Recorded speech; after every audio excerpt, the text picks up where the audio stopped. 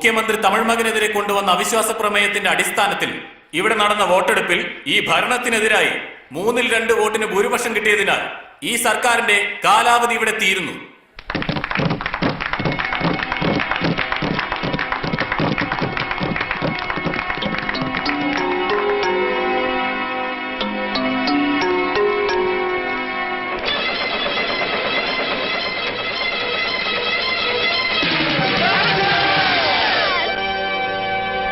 കേരളത്തിലെ അവിശ്വാസ പ്രമേയം പാസ്സായതിനു ശേഷം അടുത്ത മാസം 15-ാം തീയതി പൊതു തെരഞ്ഞെടുപ്പ് നടത്താൻ തീരുമാനിച്ചു. ഇതിനുവേണ്ട മുന്നൊരുക്കങ്ങളെല്ലാം ഈ മാസം 15-ാം തീയതിക്ക് മുമ്പേ തീർക്കുമെന്നും ഇലക്ഷൻ കമ്മീഷൻ അറിയിച്ചിട്ടുള്ളതാണ്.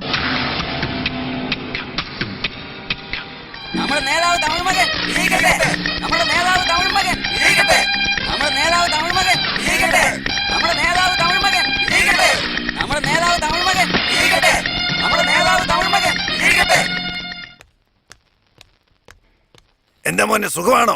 അച്ഛനെല്ലാം സുഖമായിട്ടിരിക്കുന്നു. നമ്മുടെ പയ്യനാ. All the best. നമ്മുടെ നേതാവ് നമ്പിരാജ് വിജയിക്കട്ടെ. നമ്മുടെ നേതാവ് നമ്പിരാജ് വിജയിക്കട്ടെ. നമ്മുടെ നമ്പിരാജ് നേതാവ് വിജയിക്കട്ടെ. നമ്മുടെ സ്വന്തം നേതാവ് വിജയിക്കട്ടെ. നമ്മുടെ നേതാവ് തമിഴ് മകൻ വിജയിക്കട്ടെ.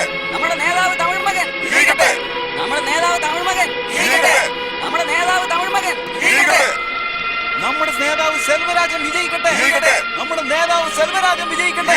നമ്മുടെ നേതാവ് സെൽവരാജ് വിജയിക്കട്ടെ. നമ്മുടെ നേതാവ് സെൽവരാജ് കി ജയ്. നമ്മുടെ നേതാവ് സെൽവരാജ് കി ജയ്. നമ്മുടെ നേതാവ് സെൽവരാജ് കി ജയ്. ഇപ്രാവശ്യം പോരാട്ടം കടുത്തായിരിക്കും. അയാൾ ഇവിടെ വന്ന് മത്സരിക്കണമെങ്കിൽ അത് നിങ്ങളെ തോപ്പിക്കാൻ വേണ്ടി തന്നെയാ. അത് വളരെ ശരിയാ.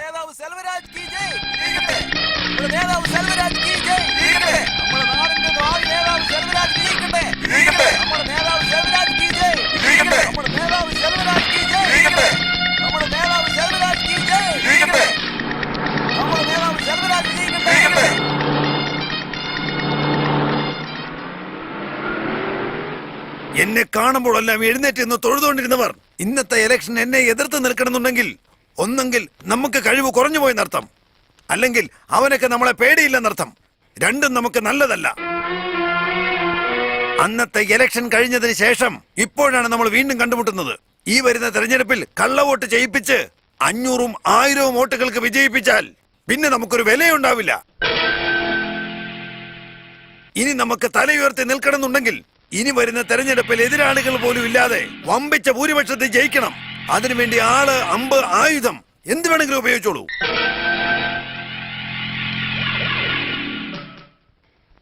തിരുവനന്തപുരത്ത് മത്സരിക്കേണ്ടിയിരുന്ന ഞാൻ ഇന്ന് എറണാകുളത്ത് വന്ന് മത്സരിക്കാനുണ്ടായിരുന്ന കാരണം ഈ തമിഴ് മകൻ ഒരു മരണമണി അടിക്കാനാണ്. തമിഴ് മകനെ സിംഹത്തിന്റെ മടയിൽ വെച്ച് നേരിടാനാ ഞാൻ ഇവിടെ വന്ന് തെരഞ്ഞെടുപ്പിൽ മത്സരിക്കുന്നത്. ഞാൻ തമിഴ് മകന് അവസാനമായിട്ടൊരു മുന്നറിയിപ്പ് നൽകുന്നു. ഓടാ പുണ്ണക്കെ തെറ്റായ കണക്കുകൂടലൊന്നും വേണ്ട. നമസ്കാരം. 24-ാമത്തെ തെരഞ്ഞെടുപ്പ് നേരിടുന്ന അരുമയായ നേതാവിന് ഈ പൂമാല സമർപ്പിക്കുന്നു.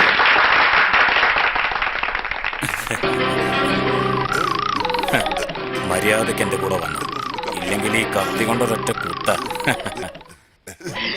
എന്നെ അടുത്ത സമ്മേളനത്തിലോട്ട് കൂട്ടിക്കൊണ്ടുപോകാൻ വന്നതാ. നിങ്ങൾ എന്നെ പോവാൻ അനുവദിക്കണം. നന്ദി, നമസ്കാരം. വിപ്ലവ നായകൻ സെൽവരാജ് വിജയിക്കട്ടെ. വിപ്ലവ നായകൻ സെൽവരാജ് വിജയിക്കട്ടെ. ഇറങ്ങ്. ഞാൻ പറഞ്ഞതൊക്കെ ഓർമ്മയുണ്ടല്ലോ. നാളെ ആദ്യം തന്നെ എന്താ ചെയ്യുന്നേ? ഇലക്ഷൻ ഞാൻ പെരുമാറിക്കോളാം. ഇനി മുതൽ ഇലക്ഷനിൽ നിൽക്കുവോ? ഇല്ല, റോഡ് സൈഡ് പോലും നിൽക്കത്തില്ല. പോടാ.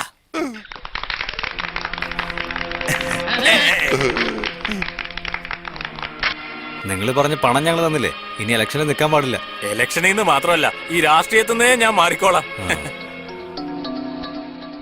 ആൾ ഇന്ത്യ റേഡിയോ പ്രധാന വാർത്തകൾ വായിക്കുന്നത് സീതാരാമൻ. കേരളത്തിൽ എറണാകുളത്ത് മുൻ മുഖ്യമന്ത്രിയായ തമിഴ് മകനെ എതിർത്ത് തോൽപ്പിക്കുന്നതിനു വേണ്ടി മത്സരിക്കാൻ നിന്ന എല്ലാ സ്ഥാനാർത്ഥികളും അദ്ദേഹത്തിനോടുള്ള ബഹുമാനം കൊണ്ട് എല്ലാവരും ഇലക്ഷനിൽ നിന്ന് പിൻവാങ്ങി. അദ്ദേഹത്തിനെതിരെ ഇപ്പോൾ ഒരു സ്ഥാനാർത്ഥി പോലുമില്ല. അവനെ അങ്ങനെ വിടാൻ പറ്റില്ല. ആരെങ്കിലും ഒരാൾ ഇലക്ഷനിൽ നിന്നേ പറ്റൂ. അവനെ എതിർത്ത് ആരും നിൽക്കുന്നില്ലല്ലോ. ആരെങ്കിലും പിടിച്ച് നിർത്തറ. നിൽക്കുന്നവരൊക്കെ പിന്മാറുക. നമ്മൾ പറഞ്ഞോണ്ട് ആര് നിൽക്കാനാ? ഇവിടെ 1 ലക്ഷം പേരുള്ള ഒരുത്തന് പോലും ധൈര്യമില്ലെന്നാണോ? അത് എന്നോട് ചോദിച്ചിട്ടെന്താ? തമാശ കളിക്കല്ലേ. ആരെങ്കിലും ഒരുത്തൻ ഉണ്ടാവും. മക്കളെ, തമിഴ് മകനെ എതിർത്തിട്ട് ഞാൻ 4 തവണ മത്സരിച്ചിട്ടുണ്ട്.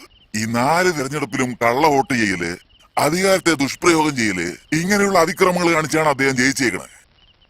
അവരുടെ പണത്തെയും അധികാരത്തെയും എതിർക്കാനുള്ള ശക്തിയില്ലാത്തത് കൊണ്ടാണ് ഞാൻ പിന്മാറിയത്. അങ്ങനെ പെട്ടെന്ന് അയാളെ ജയിക്കാൻ വിടാൻ പാടില്ല. ആരും എതിർക്കില്ല എന്നുള്ള ധൈര്യം കൊണ്ടല്ല അയാളെങ്ങനെ ചെയ്യുന്നത്. ഇത്തവണ നിങ്ങളൊന്ന് നിന്ന് നോക്ക്. എല്ലാ സപ്പോർട്ടും ഇവിടെ നിന്ന് ഞങ്ങൾ തരാം. നിങ്ങളെ ജയിപ്പിക്കാൻ വേണ്ടി ഞങ്ങളുടെ ജീവൻ വരെ ഞങ്ങൾ തരും. തീർച്ചയായിട്ടും നിങ്ങൾ ഈ തെരഞ്ഞെടുപ്പിൽ മത്സരിക്കണം.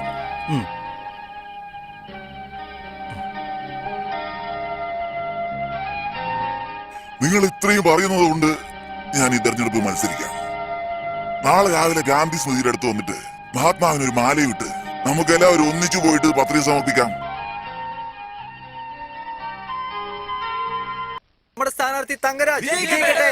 നമ്മുടെ സ്ഥാനാർത്ഥി തങ്കരാജ് നമ്മുടെ നാടിന്റെ വീര പോരാളി കേരളത്തിന്റെ സ്വന്തം ബ്ലേഡ്, കേരളത്തിന്റെ സ്വന്തം പണം.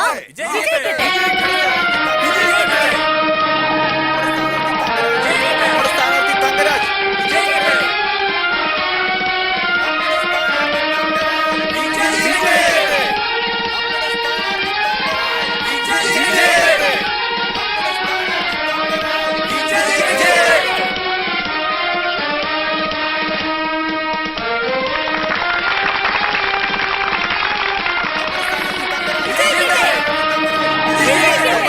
തങ്കരാജ് വിജയിക്കട്ടെ. നമ്മുടെ സ്ഥാനാർത്ഥി തങ്കരാജ് വിജയിക്കട്ടെ.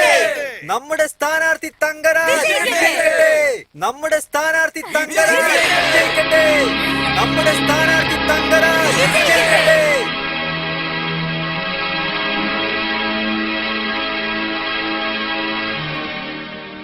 മനുഷ്യന്മാരെ എതിർത്ത് നമുക്ക് മത്സരിക്കാം, പക്ഷേ മഹാന്മാരെ എതിർത്തിട്ട് നമ്മൾ മത്സരിക്കില്ല. ഇവരെ പോലുള്ളവരൊക്കെ ഉള്ളതുകൊണ്ടാണ് നമ്മുടെ നാട് ഇങ്ങനെയെങ്കിലും മുന്നോട്ട് പോകുന്നത്.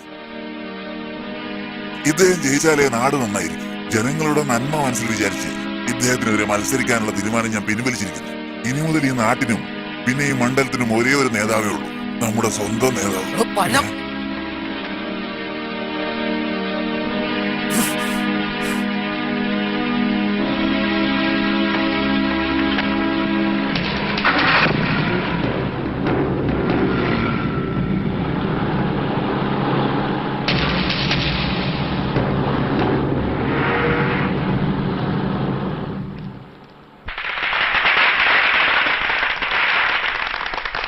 നമ്മുടെ നേതാവ് തമിഴ് മകൻ വിജയിക്കട്ടെ.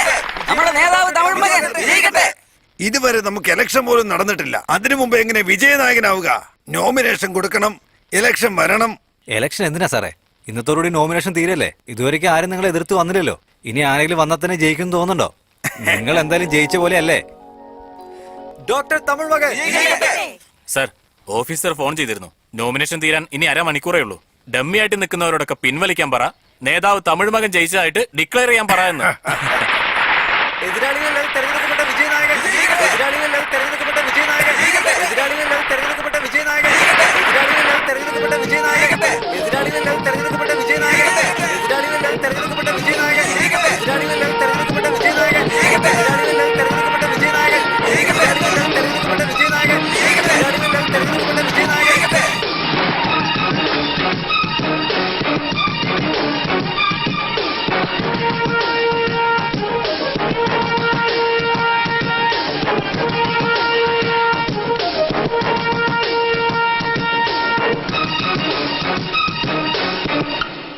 കൺഗ്രാറ്റ്സ്.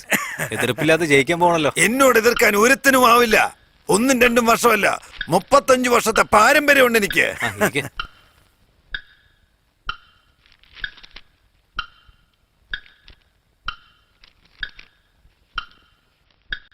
സന്തോഷമായിട്ട് ഒപ്പിട്. നിങ്ങൾക്ക് വേറെ മന്ത്രിസ്ഥാനം തരാന്ന് പറഞ്ഞില്ലേ? നമ്മുടെ വിപ്ലവ നായകൻ വിജയിക്കട്ടെ. വിജയിക്കട്ടെ.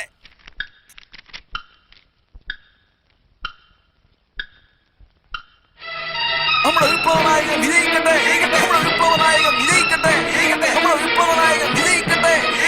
നമ്മുടെ വിപ്ലവ നായകൻ വിജയിക്കട്ടെ. നമ്മുടെ വിപ്ലവ നായകൻ വിജയിക്കട്ടെ.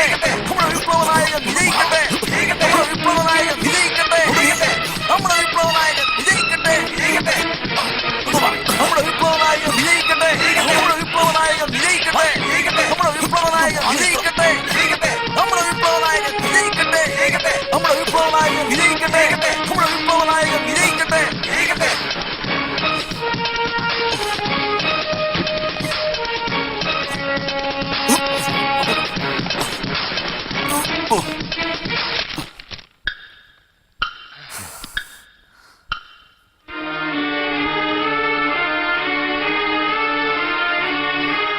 മോനെ, ഇത് രാഷ്ട്രീയമാണ്. ഒരുപാട് അനുഭവം വേണ്ട തട്ടകം. നീയൊക്കെ നിക്കറിട്ട് തുടങ്ങുന്ന സമയത്ത് ഞാൻ മന്ത്രി കസേരയിൽ ഇരുന്നവനാ. എന്നെ എതിർത്ത് നിനക്ക് ജയിക്കാൻ തോന്നുന്നുണ്ടോ? തന്നെ മാത്രമല്ല, തന്റെ പാർട്ടിയിലെ ആൾക്കാർ നിൽക്കുന്ന 234 സ്ഥലങ്ങളില്ലേ, അവിടെ മുഴുവൻ ഈ നിമിഷം ഞങ്ങളുടെ ആൾക്കാരുണ്ട്. എല്ലാം തീർത്തു കെട്ടാൻ അറിയാഞ്ഞിട്ടല്ല, എതിർത്ത് വെക്കാൻ ആരും ഇല്ലാഞ്ഞിട്ടല്ലേ ഇത്രയും കാലം അഹങ്കാരം കാണിച്ചത്. ഇനി അതൊരിക്കലും നടക്കാൻ പോകുന്നില്ല. ഇതുവരെ എന്നെ എതിർത്തിട്ടുള്ള ഒറ്റ ഒരുത്തനും ജയിച്ച ചരിത്രമേ ഇല്ല.